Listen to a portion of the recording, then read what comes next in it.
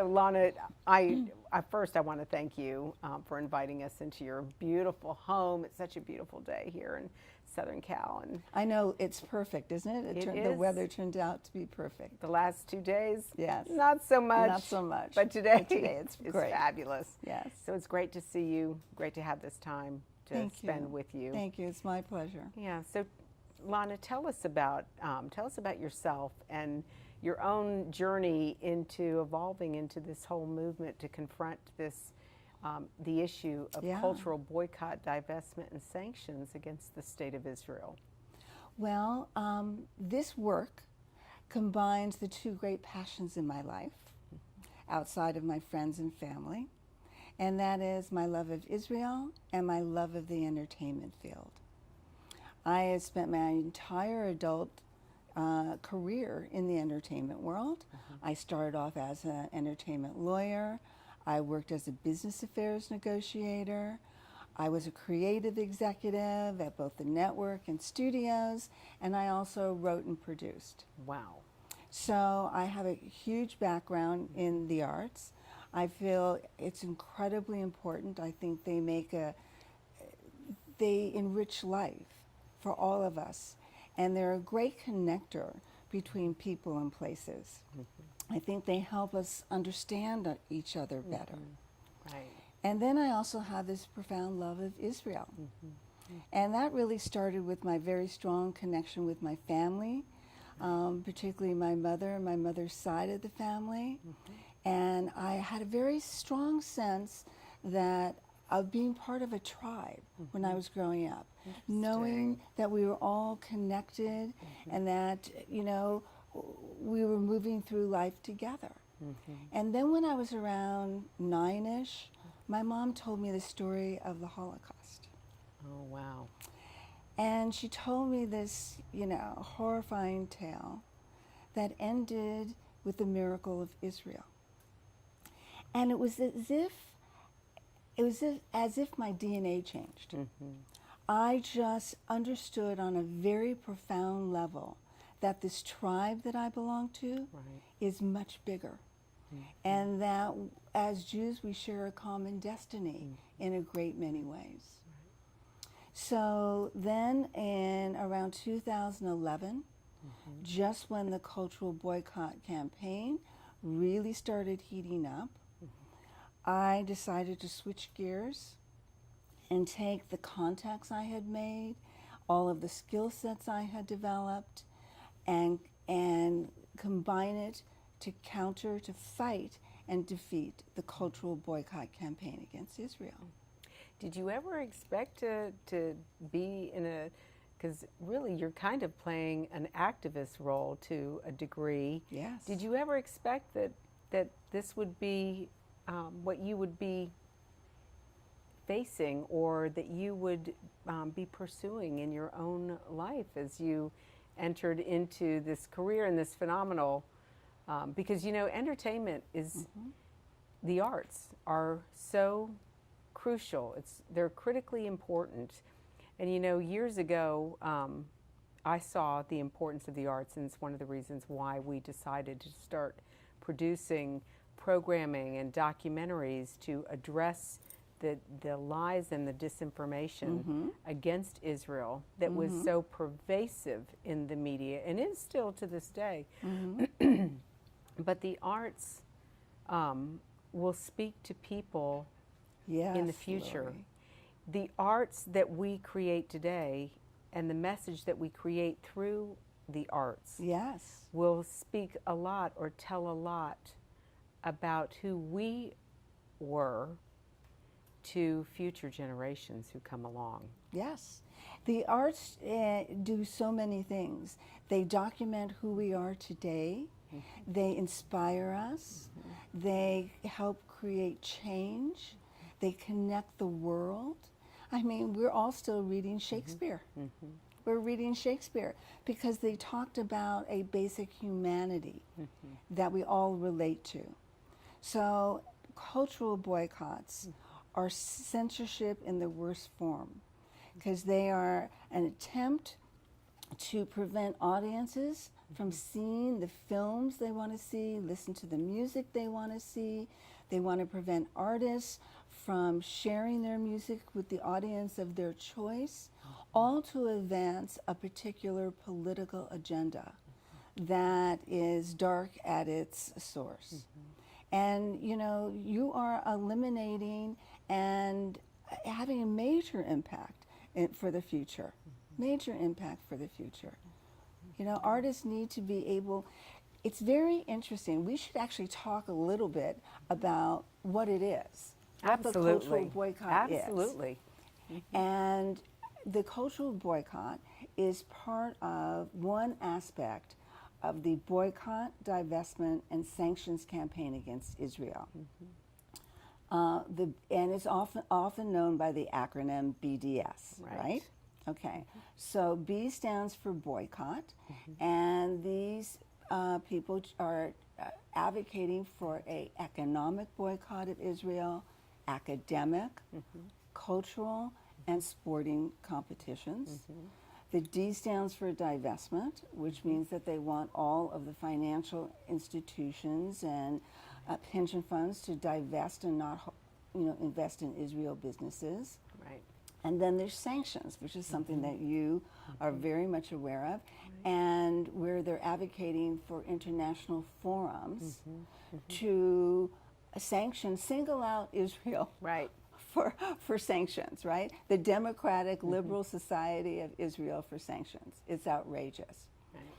The question is, how do you get the world to isolate a country, an open liberal democracy?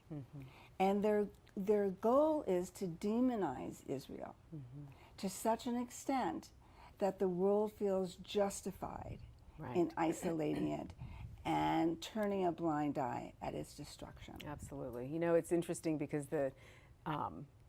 we remember back, you talked about your mother when you were 9 years old, teaching you, telling you the story, the horrific story about the Holocaust. Yes. And we remember all too well that one of the first things that Hitler did when he came to power was he instituted a boycott of Jewish businesses in Germany, telling the German people not to shop in Jewish stores or shops. Now we see, fast forward 70 years, now we see Israel becoming the Jew among the nations. And now it is a global movement to tell other countries, academics, to boycott, divest, and sanction Israel. It's no different. It's just now on a global scale, where before it was about the Jewish people in Germany and their businesses, and now we see this global movement. Economic boycotts are intended to strangle a nation or a group of people economically. And, you know, 2 points come to mind. One is that you talked about Hitler. And one of the things that all dictatorships have in common is that they all try to control the distribution of art, right? Interesting. Because that's how they control thought. And artists need 2 things to thrive. They need the freedom to create, but also the freedom to share. So what these dictatorships always do in order to control their people and get them to do what they want them to do is that they control and censor distribution.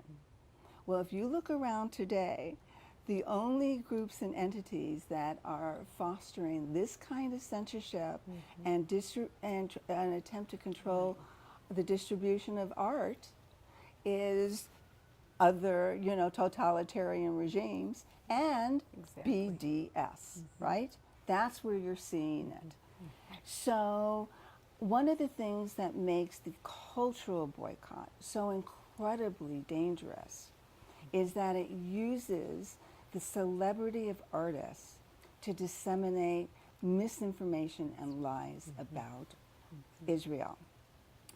The millenniums today, and there are fabulous statistics on there, and they're staggering. Something like 70% of millenniums get their information online, right? Absolutely. Mm-hmm. And they get it from social media. And millenniums are fascinated with celebrity and the world of entertainment. They love films, they love music. So these anti-peace, anti-Israel groups use the celebrity of the artists in order to communicate misinformation. And I just want to explain a little bit about how it works, okay? What that's the strategy, is to use the artists. But the tactics are such. So let's say a musician, the Rolling Stones, Rihanna, or even like a lesser known jazz musician wants to go to Israel. And by the way, it's very important to note that hundreds of musicians and artists go to Israel every single year to share their art with their Israeli fans. Isn't that something? So when they decide to book a concert and the news gets out, and the news has to get out because you're advertising. Correct. You've got to use media to promote. You have to use media to do that. Promotion, right. What they'll do is they'll launch a multifaceted campaign urging that particular artist to cancel their upcoming performance. They'll use something as old-fashioned as email. They'll call the representatives. They write blogs that get picked up by mainstream media. When an argument erupts, then it gets picked up by mainstream media as well, and it goes global. And of course, there's social media. And social media reaches an audience that, other kinds of, online publications don't reach. You're reaching a vast, vast audience. So the way they do it, they issue the call, and the tactic is they accuse Israel of horrendous crimes against humanity, which are completely false. And then in their campaign, they say to the artists, if you keep your concert date in Israel, that means you support these hellacious crimes against humanity. So what they are doing is that they are slandering the Israeli people, all 7+ million of them, as well as the individual artists. They are calling the artists racist and, supporters of apartheid and supporters of genocide, all of which is an outrageous lie. And that gets the attention of a group of people around the world, particularly millennials, who follow news about celebrities, right? Absolutely. Do you know that the top, I'd say, 12, 13 entertainers on Facebook have nearly a combined total of almost 1 billion friends? It's amazing. That's amazing. And that is just one social media platform, and just like a dozen plus entertainers. It's staggering. I mean, the math is staggering. So when on Twitter, if people post when the Rolling Stones are going to perform, all their fans see it. The fans that follow these entertainers see these posts, see these Twitter wars, see these Instagrams, see these videos that they make, taking the songs of these performers and twisting them so they're emotionally manipulative and false. The goal is really twofold. The first thing is that what people think about is getting a cancellation, pressuring an artist to cancel. Correct. Very few do, by the way. Very few do. Give us some scenarios that you've seen, that you've been involved in, where these artists have actually been targeted viciously, I might add, and where some bowed to the pressure, but others chose to say, no, I'm doing this. Yes. Which is encouraging to see, especially with all that pressure, that's coming, to bear against them, that they don't bend in the face of that pressure. So tell us some scenarios. I was personally involved when Alicia Keys was scheduled to perform in Israel. And it was probably one of the ugliest campaigns I've ever seen. It made the news all the time. Alice Walker issued an open, who's the author of The Color Purple, Right. issued an open letter asking her soul sister not to perform in apartheid Israel, which of course it is not apartheid. That's a complete falsehood. And all of her representatives were bombarded. They took a petition and they marched up to the charity that she supports, which saves the lives of children. Right. And they made a big to-do and got coverage about presenting that. It was unbelievably intense. And I worked with her representatives and helped them understand some of the stuff that was going on in social media, a lot of it was being orchestrated and wasn't, original, authentic yes. in any way. And ultimately, she issued a wonderful statement to the New York Times, focusing on the universality of music and its ability to create peace. Another person where I worked very, very closely with was Scarlett Johansson's publicist. Scarlett Johansson was the representative of SodaStream. Right. And SodaStream, which is an environmentally friendly company, it creates carbonated drinks that you have at home, so you're not using plastic bottles. Right. They have a wonderful, wonderful business. They had one of their factories was in the West Bank. They provided all of their Arab employees. Now this is SodaStream is an Israeli-owned company. Yes. In what we would call Judea, Samaria, or what the world calls the West Bank. Exactly. Okay. Exactly. Thank you for that. And this isn't their only factory. They had other factories throughout Israel. So at the same time, she was the ambassador for Oxfam. And it got an Oxfam International, there's a lot of different Oxfams, right? Got basically threw her under the bus. Oh no. Very, very publicly. They made, threatened to withdraw her ambassadorship.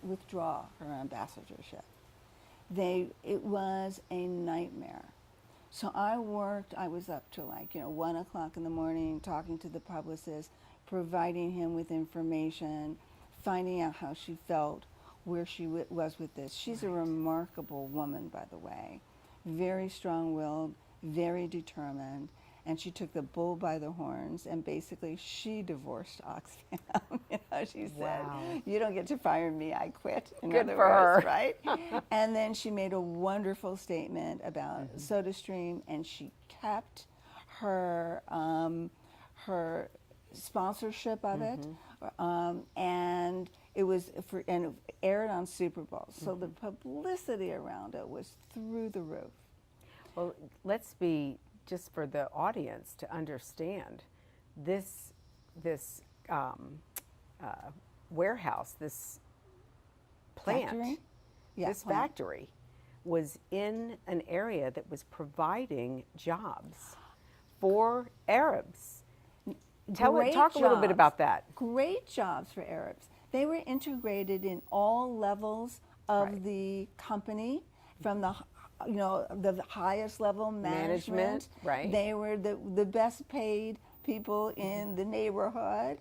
They had plentiful jobs. Transportation was provided for them. It was kind of like the exact role model of what the world claims it wants to see. Arabs and Jews working side by side in friendship and working together to create this environmentally, wonderful product. And yet it didn't matter. It didn't matter to the people who supported BDS that the closure of this factory would mean the loss of real jobs for Palestinian people. I heard 500 Palestinians or Arabs lost their job as a result of this closing. Yes, it closed many years later. It did not close as a direct result of this. They were not successful in that campaign. But she was absolutely wonderful. Right. And I've worked, I've had, talked to artists who might be concerned that there was something going on, like a conflict in different, or they just heard like rumblings, and they became very uncomfortable about going, not because of the boycott, supporting the boycott or not, but because they didn't want to bring their team, their band, into a dangerous situation. Right. So that had to be talked through and walked through. I was been contacted by artists who basically sought my advice, like, all right, they're posting stuff all over, our social media. What would you suggest we do? Right. So in addition to that, which is directly involved, that's basically kind of defense work. And I did a lot of that, particularly when I was before I started my new company, which is Liberate Art. And what I do now, I very much go on the offense. And I provide a platform for artists and celebrities to speak out about their support of Israel and their stance against BDS. That is fabulous. That's Yes. fabulous. So is this a new angle to Liberate Art, or have you Yes. been doing this from the very beginning? Because I know you've been heavily involved in helping artists when they are bombarded and they're confronted with this BDS, but now you're taking more of an active role ahead of it, ahead of the Yes. game. Well, it's basically more offense. It is, if we have to be very careful not to allow the BDS activists or agitators, anti-peace activists, Absolutely. to control the narrative. And as long as they are throwing slanderous lies at Israel, and we limit our response to correcting that misinformation, they are controlling the narrative. So part of what I do is I change the conversation and invite people to examine the morality and ethics and the impact on them personally of the BDS tactics. I call them censors, which they are. I call them thought police. I call them segregationalists. Right. Because they want to segregate Israel from the rest of the world. And they discourage collaboration between, actively discourage collaboration between Palestinian musicians and Israeli musicians. Do you know, I have been doing this now since 2011. Right. And I've got to tell you, I had one of my newsletters went out, and I got a reply from a New York musician. He said, you refer to them as anti-peace activists. Are you being authentic about that? And I wrote back, yes, I am. Because in all the many years that I've been doing this, which is since 2011, I have never seen any attempt by any of these groups to foster peace or understanding.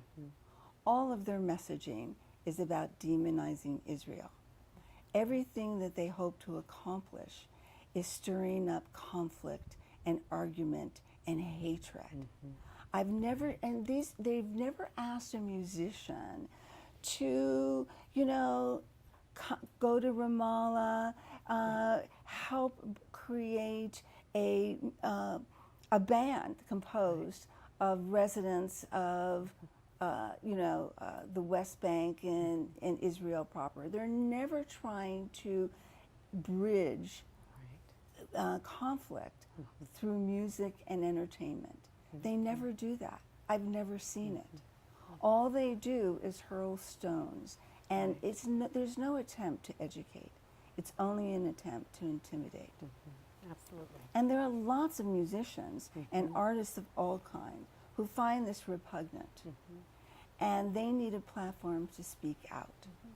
So one of the most recent success stories for Liberate Art is that we created and put together the first ever celebrity anti-BDS panel.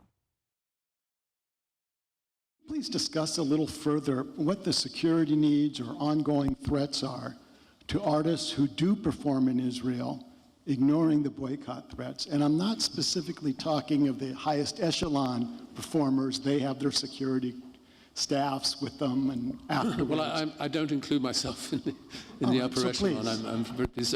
But I will say that I'm very pleased that I'm going to Israel first and then to Holland. So, you know.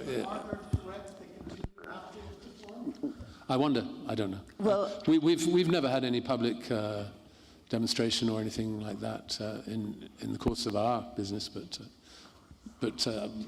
I can speak to that. you described some earlier, right? So. In fact, most of the intimidation, almost all of the intimidation, occurs before the artist gets to Israel.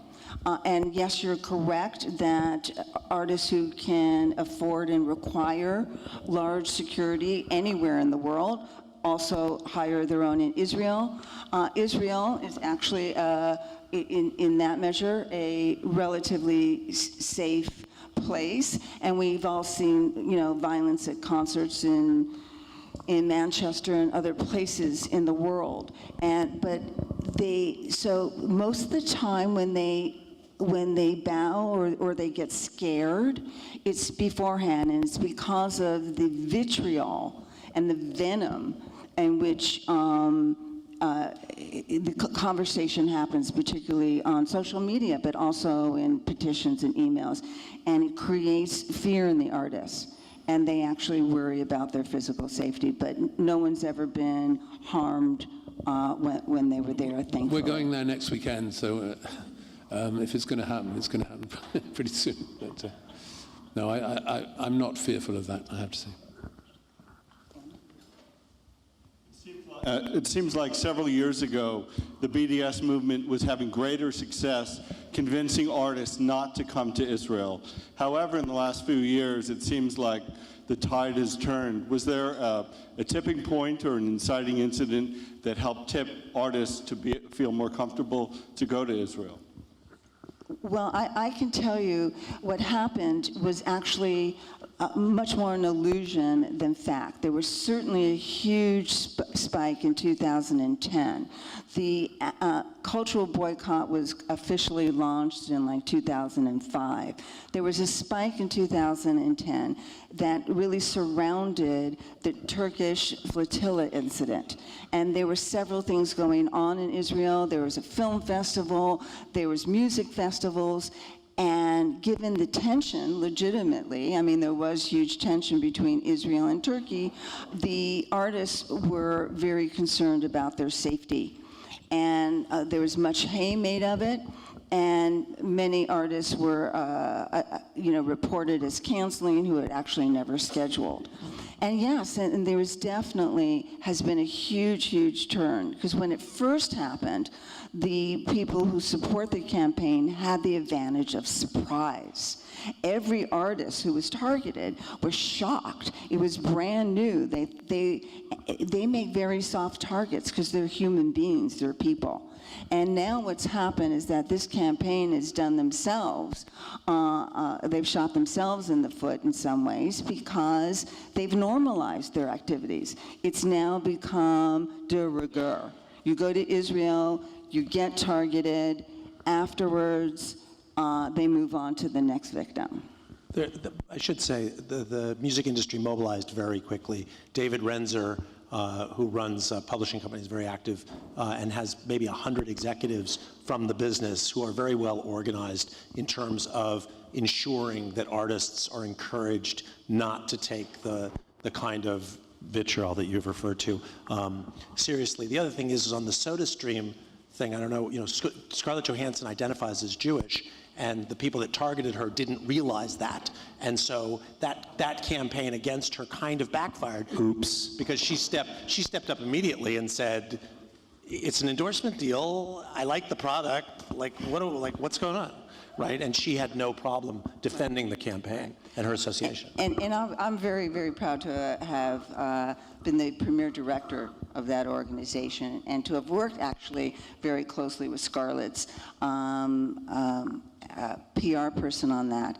But yeah, and that's what it takes, and people have become really, with the support of people like the people on this panel, as more people speak out, as more people take a stand, it becomes easier, and artists are less easily intimidated. It was fantastic. We had major icons from feature films. David Zucker, who is a famous writer, producer, director. He did all of the Airplane series and Naked Gun series. We had Alan Parsons, who was personally attacked by Roger Waters for going personally and publicly attacked by Roger Waters for keeping his date in Israel. I think it's important to recognize that this boycott, so-called boycott, is a campaign. It's not actually a boycott. It's just an appeal to by these politically minded entertainers to boycott visits to Israel. I staunchly reject that and will be coming. We had an actor, a very well-established actor, Mark Pellegrino, come. What do I think of a cultural boycott? Well, I think that conflating individual artists with their nation state, the accidental home of their birth, or their home country where they've chosen to live, is a form of collectivism, otherwise known as bigotry. And I don't know about you, but I hate bigotry. We had an Israeli musician, and we had one entertainment lawyer, because I thought it was a good perspective. But it was really a platform for them to speak out. I have videotaped artists making statements. And one of the ways that's so important for Liberate Art to grow is to get the funding and support to make more of these videos of more and more popular artists going on camera and answering these questions straight on, expressing their feelings. Because when you put something on tape, it lasts forever, and it can be really used by a variety of people to, call out the lies. That's right. Well, let's talk about your nemesis. You spoke about Roger Waters. Yes, Roger. Have you had any conversations with him about his involvement in pushing BDS? And because really, he's the motivating factor, really, to encourage and these attacks against these artists who choose to go to Israel. Yes, he is. I've not spoken with him personally. He's never responded to any of the pieces that I've written, and I have written about him. He has been, I would say, obsessed with this issue for a long time. In 2013, he made a major statement in Rolling Stone magazine where he said he wants to basically, he said, a call to action for all artists to boycott Israel. And since then, that's what he's been doing. He's really obsessed by it. He's on the Russell Tribunal. He droned on endlessly at the UN. Any opportunity he has to condemn and demonize Israel, he does. And then he turns on his fellow artists. He turns on people that are supposedly his friends and that he has connections with. So, when Dionne Warwick said that she was going to go, he called her profoundly ignorant. He was condescending towards Scarlett Johansson. He turned against his friend Alan Parsons, who was the sound engineer for his band Pink Floyd for people who might not know his name independently from the band. And so he goes after, he called Steven Tyler an old lady. He personally goes after them and attacks them on a very personal level if they don't succumb to his personal wishes. He got in a major public battle with Nick Cave. He's, there's something going on in there that is very, very disturbing. And just recently, just like today or yesterday, there was an article in the news that he recently performed in Munich, I believe. It was definitely in Germany. And the mayor of the city said that they are going to have second thoughts about allowing him to use city venues for any future performances because of his anti-Semitism. Interesting. Well, Germany, as an aside, is dealing with the issue of anti-Semitism on the rise again, and it's a huge dilemma. But to allow Roger Waters to come in and promote that anti-Semitic hatred that the government of Germany is trying to thwart, yes, is interesting. So you're saying that the government responded, or did the city respond? mayor. Okay, the city mayor responded. And then, so now he said he wants a public apology from the mayor for calling him anti-Semitic. And someone on our Facebook page, Liberate Art has a Facebook page, said, well, if he feels that way, why doesn't he just sue? And my feeling is, I think that's around the corner. Yes. So here you have this outrageous situation where he has stirred up so much hatred. He's done such terrible things in terms of the conflict, in terms of, keeping this group apart from one another, that now he plays the victim, like he's being falsely accused. He falsely accuses everyone else of everything. But I would not be surprised if there was a lawsuit in the offing. Oh, and it needs to happen. We were, just as an aside with Roger Waters, we planned 4 city protests.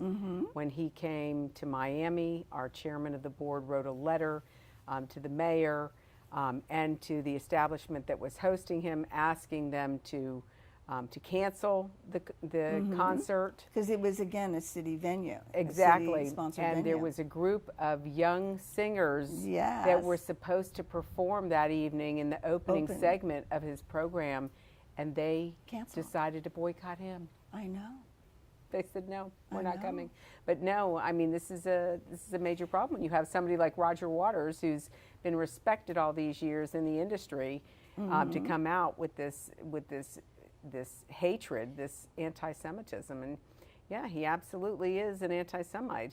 He is not basing his position on anything that's rational or evidence to prove what he is saying is actually happening in Israel, calling Israel an apartheid state and accusing them of violently treating Palestinians in a disgraceful manner, which is far from the truth. So that's interesting. What about Natalie Portman? And you may not want to talk about this, but I know it wasn't on your list, but I look at Gal Gadot and look at the stand that she's taken, and she's got so much recognition, and people just love her, they adore her. And then we have Natalie Portman. What about, were you involved in trying to reach out to her? You know, the damage was done. She made a terrible mistake. And her politics are well established.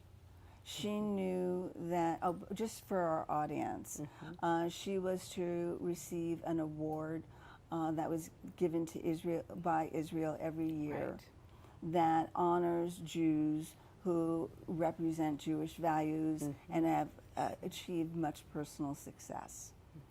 And she was, the organizers contacted her, told her they'd like her to be the recipient, and she accepted. Right. And one of the prizes is that they give you $1 million, which actually ended up being $2 million, in which you can give to any charitable cause that you choose. So she knew that Netanyahu would be there, or that it was part that the Israeli government had a presence. So if her politics made it very difficult for her to go there, because she has been a very outspoken critic of Netanyahu. Right. And she's entitled to be. You know, we enjoy great freedom in this country, and they do as well in Israel. Right. So everybody, including artists, are allowed to express their opinions. But so perhaps she should not have said yes. But once she said yes, she should not have said no. Now, was she pressured by an outside group, or you believe this was strictly because of her politics? Well, they were not very public. What didn't make the same, if they did, it was more behind the scenes. And, Right. you know, she's, again, very identified with a particular political position. And I'm sure she was getting a lot of internal pressure. And then, of course, as we would have gotten closer, the pressure would have been very, very public. Right. And it would have been enormously, a lot of news. It would have been a lot of news. So I think she made a terrible mistake. She's been, you know, made it over and over again. She says she does not support BDS. She does not want to boycott Israel. But, you know, her But she actions, boycotted the event Yeah. because the prime minister was going to be Yeah. there. She wasn't adult enough to handle being in the same room with someone she may disagree with politically for the betterment of the cause. Right. Which is unfortunate, and it's quite telling about her own character. Well, you know, I think she's very regretful of the whole affair. I feel badly that she wasn't better advised, that there weren't more people looking out for her and helping her to think further down the line. And she has been quite adamant that she does not support BDS. And I think she's going to make great effort to support Israel in various ways. And, you know, perhaps, you know, we can approach her to actually help use the arts to broker peace between the two groups and open. Because, you know, when artists work together, whether it's a production of a movie that they're making or they're a band, they're making music together, they get connected in a very profound way. It really creates very, very deep bonds between them. And it also helps them understand how much they have in common. And they're working towards the same goal. They're Right. not discussing politics. Right. They're trying to make a great record. Right. So that's extremely important. How do you see, how has Gal Gadot helped to combat this whole movement? How do you think she's contributed to pushing back at the false narrative that is constantly communicated through BDS? Well, you know, she's not that political, but she is very proud of being an Israeli, and she's very proud of being a Jew. And I think she is just wonderful for the country in terms of, you know, as everyone knows, it was such a huge blockbuster hit. Oh, yeah. And one of the things I think that BDS did themselves a disservice is they made sure everyone in the world knew she was Israeli. So, you know, right. you're watching, well, you know, the Wonder Woman in the Flash. The heroine Yes. coming yes. to save the day, and she Yes. happens to be an Israeli. Yes. I mean, and that's the narrative that Israel is. She's the embodiment Yes. of Israel coming to the rescue, whether it's an earthquake or, you know, some tragic, you know, volcano or a hurricane here in the United States. Absolutely. Israel comes to the rescue, and here was Gal Gadot Yeah, there's Gal coming to the Gadot. rescue in the She came movie. to the rescue, and BDS made sure everyone knew about it. Sometimes they shoot themselves in the foot. Absolutely. You know, they'll also take, And it's very important for people to know that very few artists support the boycott. This is an appeal. That's an important point. Yes. People need to very know. few. Because what makes the news is, number one, all the calls for a boycott, which are filled with lies and propaganda, and the once in a while capitulation. And any time that, you know, a group cancels for any reason, whether it's a scheduling problem or whether it was never actually confirmed, they like to take credit for it, which, you know, so they want to have the appearance that they are winning. Right. When it comes to the actual boycott, they are not winning. They are not being supported. Right. Where they are successful is in disseminating misinformation and poisoning minds. You know, speaking of this cultural battle with BDS, the one group that that seems to be most affected or being targeted toward is our millennials. We see a rise of anti-Semitism. I'm sure you saw the ADL report in 2017. We saw a 67% increase in anti-Semitic incidents. However, there was a poll done by Pew Research, I believe it was, where they stated that 70% of Americans support Israel. But we've got this almost 70% increase in anti-Semitic incidents in 1 year in the United States. Yes. And they're saying, excuse me, that the group that they're seeing the rise in is our children on college campuses, these anti-Semitic incidents, the Israel apartheid events that are happening on college campuses. How does what you're doing, the work you're doing at Liberate Art, how does that affect, why is the work that you're doing so important to this important demographic? Well, first of all, one of the major points you made is that the rise of blatant anti-Semitism on the college campuses. And I think that belies the claim that BDS makes that it's a non-violent movement, because what it does is that it drums up hate, and hate leads to violent actions. In addition to that, by the way, there, you know, there's in Torah, or our rabbis teach us that slander is as serious a sin as murder, because you're destroying a person's reputation in life. And that's what BDS does to the artists and to the Israelis. So on college campuses, the reason why this has become so horrible is that they are getting hit from all directions. They are getting anti-Israel curriculum in their classes. They hear about it when they walk around on the college, you know, main square, and they get it on social media. And now it's like one more time, it's a echo chamber. They're hearing it from all directions, and they are associating Israel falsely with charges of apartheid and genocide. And the genocide one just absolutely makes me crazy, because the thing about genocide, the tragedy of genocide is that a population decreases. After a genocide, you don't have as many people, and the Palestinian presence in the region has grown exponentially, and has since the refounding of the State of Israel.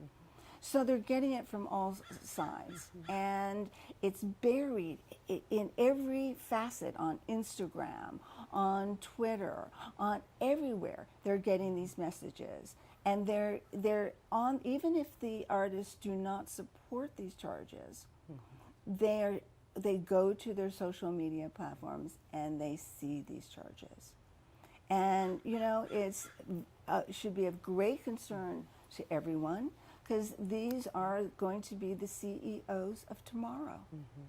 Absolutely. And they are really getting all the worst kinds of information. So, everyone should be caring about this. You should care about this because it's an attack on Israel. It's an attack on art and artists. It's an attack on our personal freedom to choose what we want in terms of our entertainment. Right.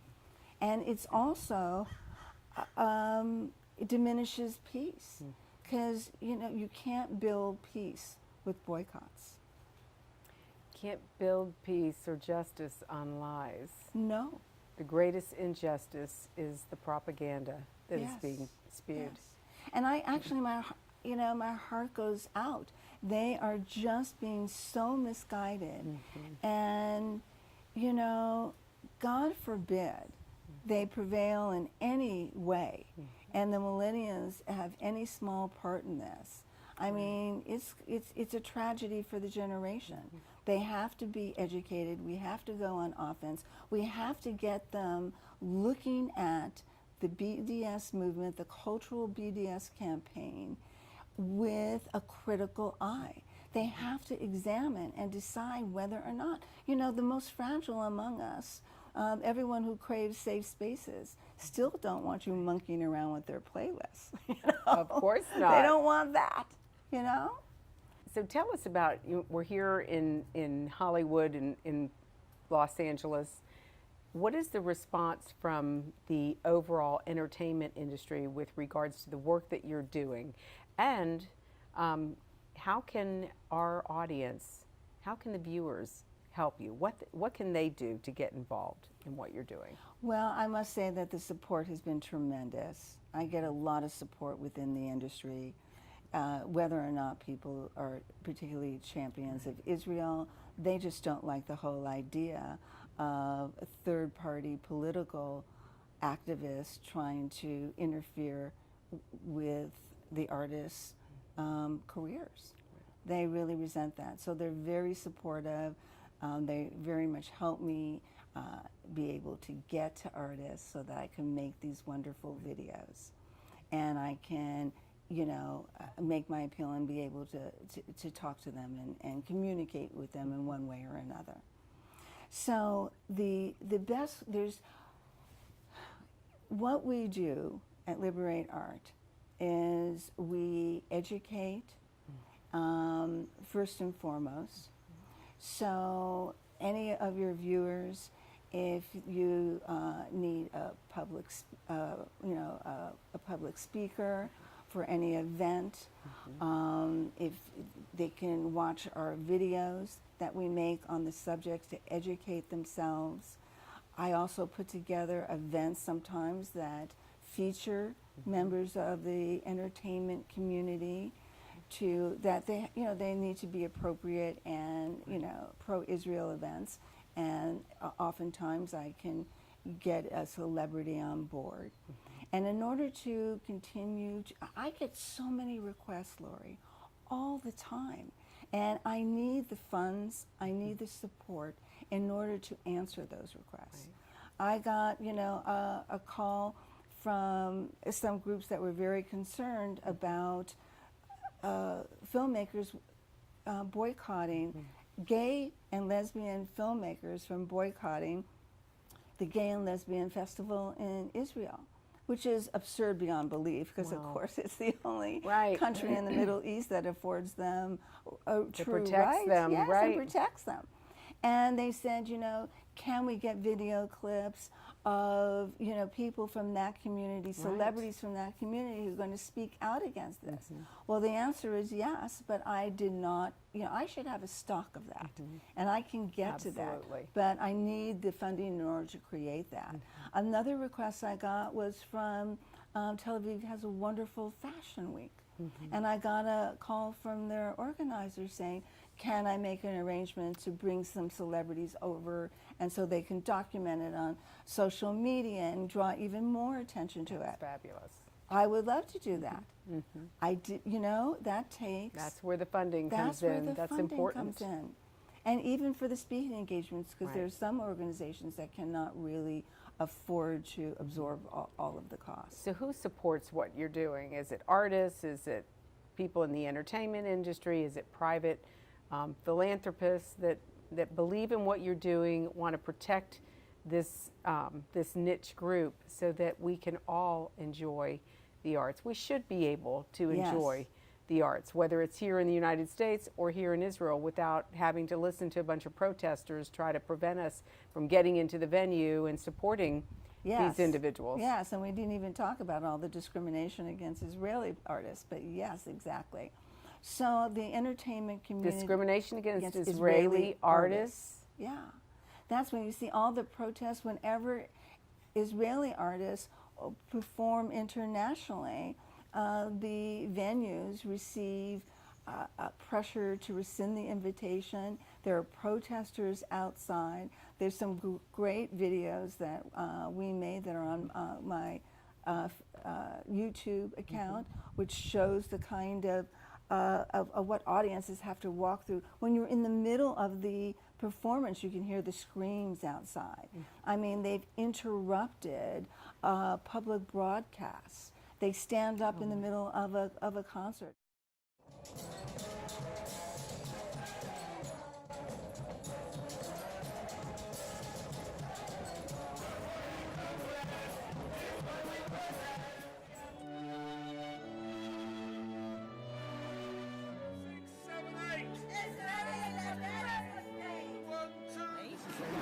To report that it's a hate crime, and that is their right.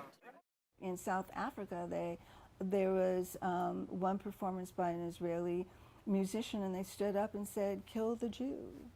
Oh my gosh. Yeah, it's really horrible. We didn't even get into that. Oh my gosh. So do you help also Israeli artists that are going international to help protect their rights in these venues as well? Is that something that Liberate Art? Yes, the best way to do that, I think, is to so the answer is yes, and I have worked with them, and I have worked with groups, and I have supported that. But you know, that's a huge canvas, and I find that the best way to do this is to educate people with talk radio interviews, television interviews, educational seminars, speaking to community groups, religious groups, any kind of group, to educate them so we have a larger base, so people know what the facts are and the best, most effective way to counter it. And then, of course, I would like to get more and more celebrities on camera making statements and discussing their feelings. Absolutely. So, you know, there's a lot of confusion surrounding the BDS, or the Boycott, Divestment, and Sanctions movement, especially among the young people. Yes. They don't quite understand what it is and what it isn't. Explain. Well, you're absolutely right. And in fact, not just among young people, but absolutely about young people. So here's something the way I like to make it very clear. I like to talk about what it is and what it is not. The cultural boycott campaign against Israel is not a peace movement. It is a political movement. It's not about reconciliation. In fact, it stirs up conflict. It is not about cultural exchange.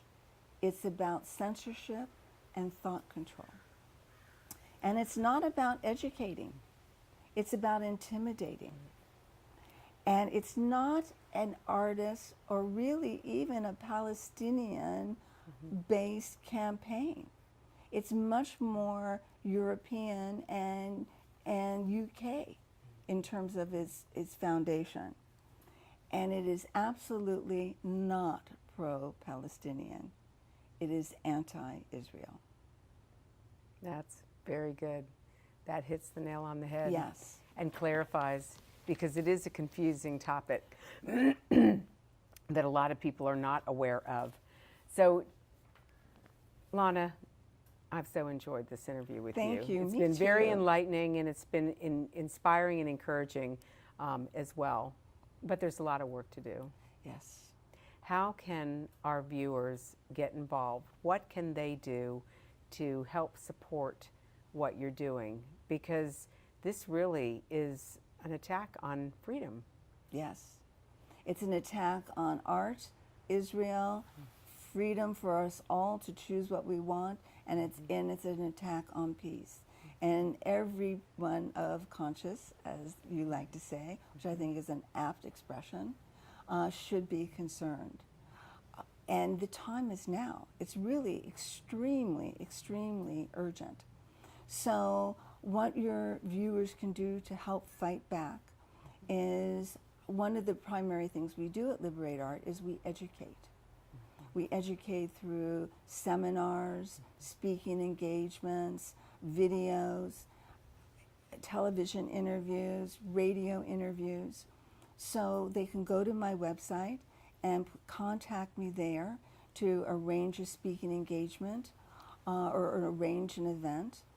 And they can also help sponsor these platforms that I create for celebrities to speak the truth and to speak out against BDS and for Israel. And they can tell you their personal heartfelt opinions and their personal heartfelt experiences. And I think that will be very, very powerful, and it will really cut the legs out from the BDS activity, for especially with millennials and on social media. Absolutely. And we need to have a bank of these ready to go. So when crisis comes up, we can draw from them, and people who are unaware of what the true voice and what most artists really believe can find out and learn. Well, there's truly a vacuum in the media, and we Yes. have to flood the media market with truth, because as I Yes. said earlier, the greatest justice is to communicate that truth, but the greatest injustice is to allow the lies to continue unchallenged. And Yes. so I want to thank you for the incredible work that you do. Thank you, And Lori. you are such a precious and dear friend to all the artists in the Thank entertainment you. world. Thank you. They owe you many, many blessings for the work Thank that you're you doing. so So we much. want to congratulate you, and Thank we you. look forward to working together. If there's Yes. anything that we can do to help what you're doing, we believe in what you're doing, and yes, we want to stop BDS. The only way to do it is get the truth out there, and you're doing a fabulous job. God bless you. Thank you so much, Lori. It was a pleasure.